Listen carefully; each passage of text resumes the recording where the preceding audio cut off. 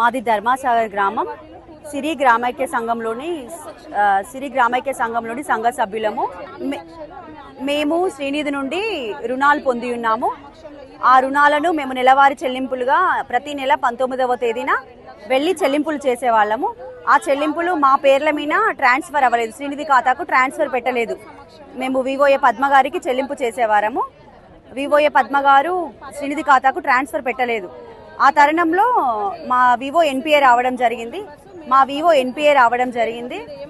NPA అంటే బకాయి రావడం జరిగింది. ఆ బకాయి ప్రకారం సభ్యులందరము మేము తీర్మానం తీసుకొని మేము సంఘంలో తీర్మానం తీసుకున్నాం. ఏమని అంటే ఆడిట్ చేసుకోండి, సోషల్ ఆడిట్ నిర్వహించాలని మేము తీర్మానం తీసుకొని సోషల్ ఆడిట్ నిర్వహించడం జరిగింది. ఆ సోషల్ ఆడిట్లో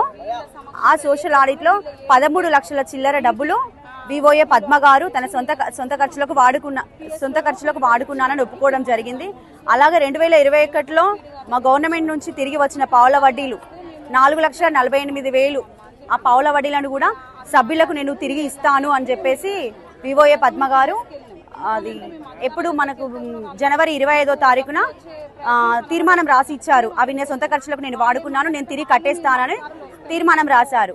తీర్మానం రాసి ఈ ఫిబ్రవరి 10వ తారీఖున మా ధర్మాసాగర్లో పనిచేసే అధికారులకు 3కి, ఆడిట్ చేసిన ఆమెకు అధికారులు 2, మాకు 4 హెచ్హెచ్జి లీడర్లకు 4కి లీగల్ నోటీసులు జారీ చేశారు. ఆ నోటీసులను తీసుకొని మేము ధర్మాసాగర్ పోలీస్ స్టేషన్కి వెళ్ళాము. ధర్మాసాగర్ పోలీస్ స్టేషన్కి వెళ్తే ఆ పోలీస్ స్టేషన్లో ఫిర్యాదు చేయగా అధికారులు మీ పై అధికారులు వస్తేనే మేము చర్య తీసుకుంటామని చెప్పారు. మేము సరే మాకు అక్కడ ఏం న్యాయం జరగలేదని కలెక్టర్ గారి దగ్గర న్యాయం జరుగుతుందని మేము ఇక్కడ వరకు వచ్చాము. లేదండి, ఇప్పుడు వెళ్తున్నాం.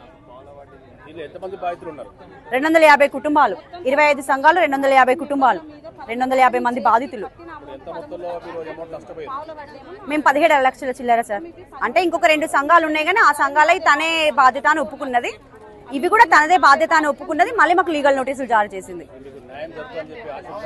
ఆశ ఉంది, మేడం గారు మాకు న్యాయం చేస్తారని ఇక్కడ వరకు వచ్చినాం.